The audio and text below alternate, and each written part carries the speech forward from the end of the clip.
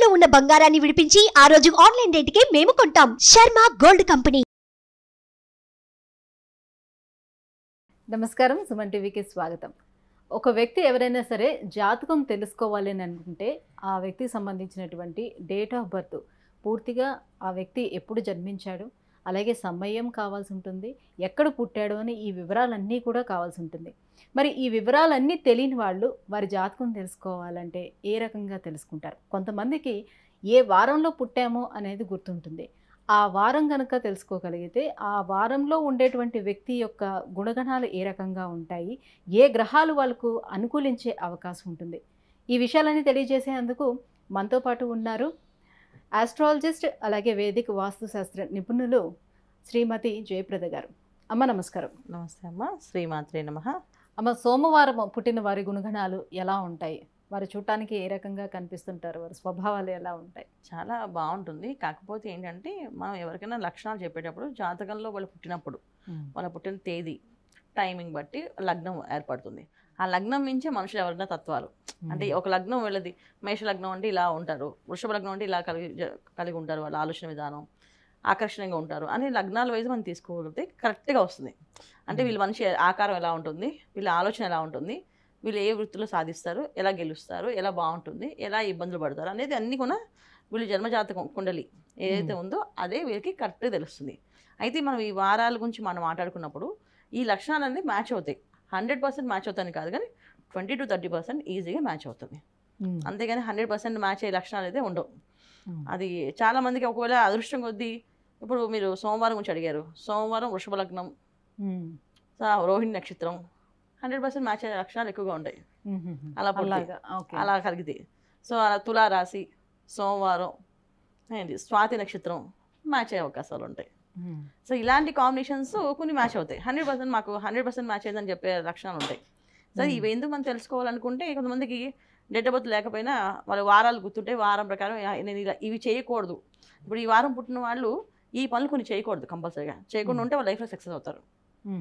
So తెలుసుకుని జాతకం ఎలా ఉన్న పక్కన పెడితే, ముందు ఈ వారం పుట్టిన వాళ్ళు ఈ పనులు చేయకుండా ఉంటే వీళ్ళు చాలా అదృష్టవంతులు ఆ విధంగా. సో అలాంటి లక్షణాలు తెలుసుకోవడానికి ఈ వారాల ఫలాలు, ఈ వారం పుట్టిన వాళ్ళ గురించి తెలుసుకోవడానికి ఈజీగా ఉంటుంది. ఈ ఫలితాల గురించి అంటే ఎటువంటి పనులు చేయొద్దు తప్పకుండా చెప్తాను. సోమవారం పుట్టిన వాళ్ళ గురించి ఫస్ట్ చెప్తాం. సో సోమవారం ఎవరైతే అమ్మాయిలైనా అబ్బాయిలైనా పుడతారో వాళ్ళు చాలా ఎమోషన్ పర్సన్స్ అనమాట. వీళ్ళు ఓకే, వాళ్ళతో ఏదైనా మాట్లాడాలంటే ఎమోషన్ ఉంటేనే మాట్లాడగలుగుతాం. ఎమోషన్తో వాళ్ళు బాండ్ అవుతారు మనతోటి, ఏ విషయమైనా సరే. సో ఫ్రెండ్షిప్ కానీ, రిలేషన్షిప్లో కానీ, లేకపోతే తల్లిదండ్రులతో ఉండే విధానం కానీ, ఎవరితో ఎలా ఉండాలన్నా వీళ్ళకి ఒక ఎమోషన్లోనే వాళ్ళు ఉండగలుగుతారు, కమర్షియల్గా ఉండలేరు. సో ఇక ఇది డబ్బుకు ప్రాధాన్యత ఎక్కువగా ఉంది అని అంటే దానికి దూరంగా ఉంటారు వీళ్ళు. సో ప్రేమకు ప్రాధాన్యత ఉంది అంటే వాళ్ళ దగ్గరగా ఉంటారు.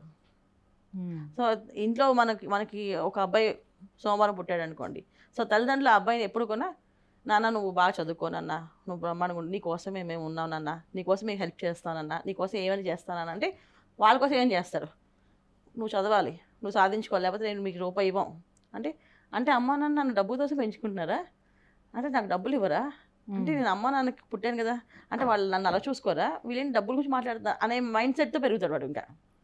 సో పెద్ద అయిన తర్వాత ఏమవుతుంది, ప్రేమ మా అమ్మ నాన్న అంత ప్రేమ నా మేము చూపించరండి. చాలామంది వింటుంటాం, మనం చెప్తూ ఉంటారు, మా అమ్మగారికి ఓకే కానీ మా నాన్నగారు అంత ప్రేమగా ఉండరండి, మా నాన్నగారు ప్రేమ కూడా మా అమ్మగారు ఉండరండి అని చెప్తూ ఉంటారు. రీజన్స్ ఏంటంటే వీళ్ళకి అర్థం చేసుకునే విధానం అలా ఉంటుంది. సో వాళ్ళు ఎమోషన్గా మాట్లాడాలి, వాళ్ళకి ఏదైనా నువ్వు బాగా చదువుకో, నీ కోసం మేము ఉన్నావు, నీకు ధైర్యం అని ఇస్తాను, ధైర్యం ఇస్తాం వాళ్ళకి కదా.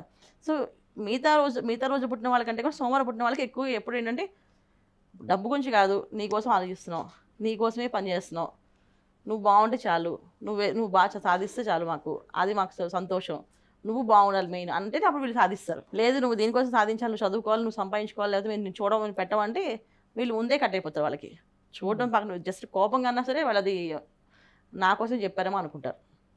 సో అలాంటి లక్షణాలు ఎక్కువగా కలిగి ఉంటారు వీళ్ళు.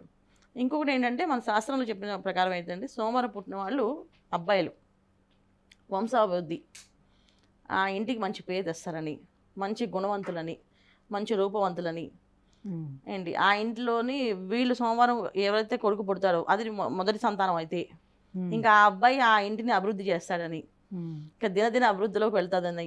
So day by day grow అవుతుందని ఆ ఇల్లు చాలా సంతోషాలతో, సుఖాలతో, ఆనందాలతో ఉంటుందని మన శాస్త్రవచనం ఉంది. సోమవారం పుట్టిన వాళ్ళకి ఈ లక్షణాలు ఉన్నాయి అనేసి. సో ఇప్పుడున్న పరిస్థితులకి అన్నీ కూడా అంటే దీంతో పాటు వాళ్ళు ఒక ఏదైనా ఎమోషన్ తోటి వాళ్ళతో ఏదైనా లాక్ చేయగలుగుతారు, వాళ్ళతో మాట్లాడగలిగితే. ఒక ఉద్యోగం చేస్తారు, ఆ బాస్ మీద ఇష్టంతో చేస్తారు చాలామంది. 40 ఏళ్ళు శాలరీ ప్రమోషన్ ఏం లేకపోయినా సరే, తక్కువ శాలరీ ఉన్నా సరే చేస్తుంటారు, ఎందుకంటే బాస్ అంటే ఇష్టం. సరే మా సార్ చాలా కష్టపడతారు పాపం, అందుకని చేస్తున్నాను అండి అని చెప్పేసి, మా సార్ చాలా మంచివారు అందుకే చేస్తున్నాం. మరి శాలరీ గ్రోత్ పక్కన వాళ్ళు ఇస్తున్నారన్నారు, లేదు నేను సార్ నాకు ఫస్ట్ ఆపర్చునిటీ ఇచ్చారు, సార్ నాకు కోసం హెల్ప్ చేస్తారు, నేను సార్కి నేను హెల్ప్ చేస్తాను, సార్తో నేను ఉంటాను అని చెప్పే వాళ్ళు కూడా ఉంటారు. సో ఈ లక్షణాలు వీళ్ళు ఎక్కువగా ఉండిపోతారు అనమాట. సో ఈ లక్షణాల వల్ల వీళ్ళకి ప్లస్ పాయింట్స్, ఇవే వీళ్ళకి వీక్ పాయింట్స్ కదా. ఇప్పుడు వీళ్ళు వీక్నెస్ తెలిసి కొంతమంది ఎమోషన్ తోటి వీళ్ళు లాక్ చేయొచ్చు కదా.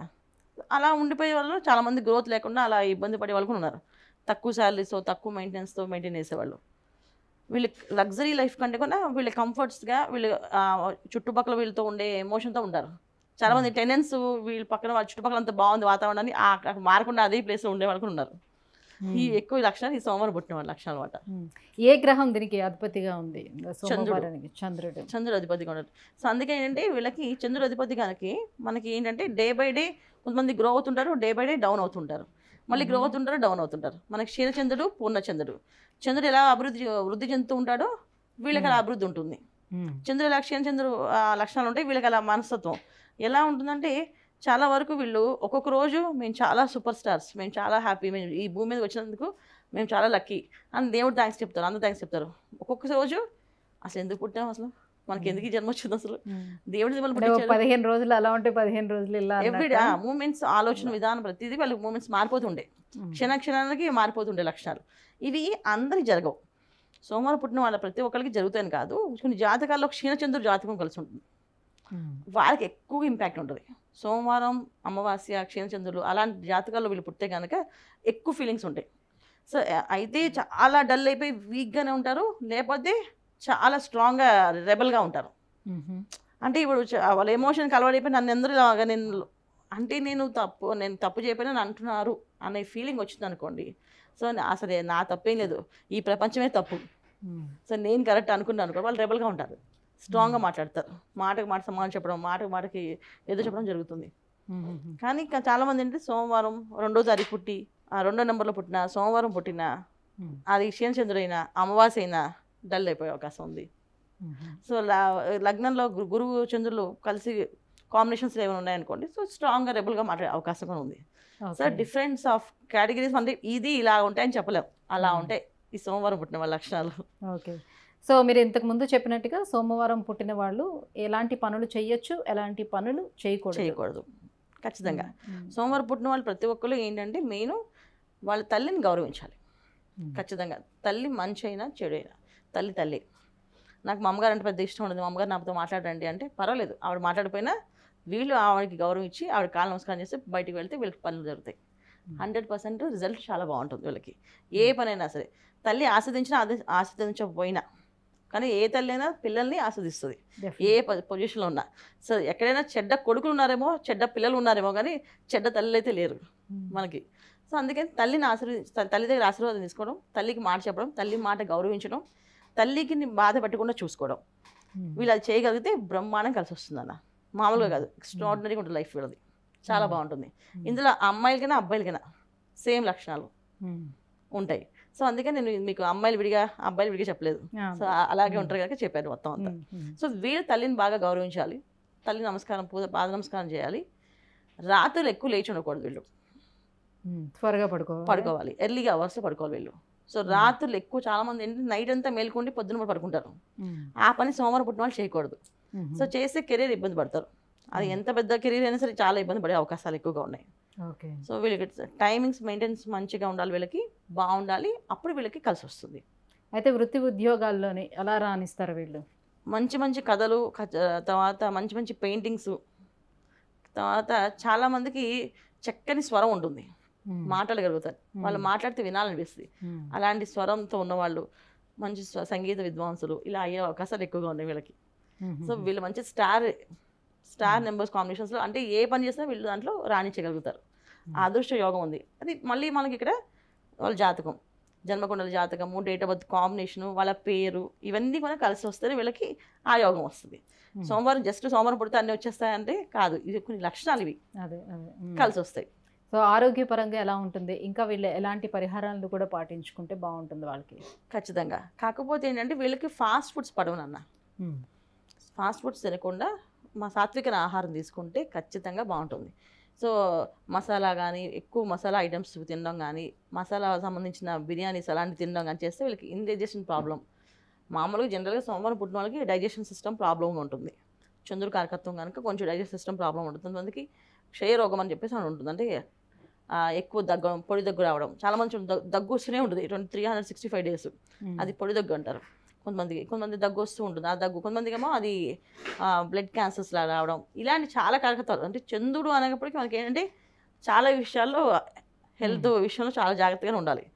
ప్రాబ్లమ్స్ ఉన్నాయి, ఇది వస్తుంది చెప్పలేము. పర్టికులర్గా జాగ్రత్తగా మనం మెయింటైన్ చేసుకోవాలి మన బాడీని. ఎర్లీగా పడుకోవాలి, అందుకే చెప్పింది ఎర్లీ పడుకోవాలని. 10:30 కల్లా నిద్రపోతే వీళ్ళు ఆరోగ్యం కాపాడుకునే వాళ్ళు అవుతారు.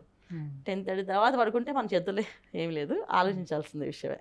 ఏ దైవారాధన చేసుకోవాలంటారు? తల్లిని ఎక్కువ ఆరాధించుకోవాలి. తర్వాత లక్ష్మీ అమ్మవారిని ఎక్కువ పూజ చేసుకోవాలి. లక్ష్మీ అమ్మవారిని ఎక్కువ పూజ చేయాలి. లక్ష్మీ అష్టకం, లక్ష్మీ అష్టోత్తరం, లక్ష్మీ హృదయం, ఇలాంటి వాళ్ళు నచ్చినవి వాళ్ళు నోరు తిరిగితే చక్కగా చేసుకోవడం. లేదు మాకేం రావేండి అంటే ప్రతి శుక్రవారం లక్ష్మీదేవి ఆలయానికి వెళ్ళాం, అక్కడ అమ్మవారికి పూజ చేసి కుంకుమార్చన చేయించుకొని రావడం. ఇది చాలా మంచి ఉత్తమమైన ఫలితాలు వస్తాయి. అమ్మ, సోమవారం పుట్టిన వాళ్ళు ఎలా ఉంటారు, ఎలాంటి పరిహారాలను వాళ్ళు పాటించుకోవాలి, ఈ విషయాలను తెలియజేసినందుకు ధన్యవాదాలు. నమస్తే అమ్మ. శ్రీమాత్రే నమః. సుమన్ టీవీలో మీ పర్సనల్ అండ్ బిజినెస్ ప్రమోషన్స్ కోసం కింది నెంబర్కి కాంటాక్ట్ చేయండి.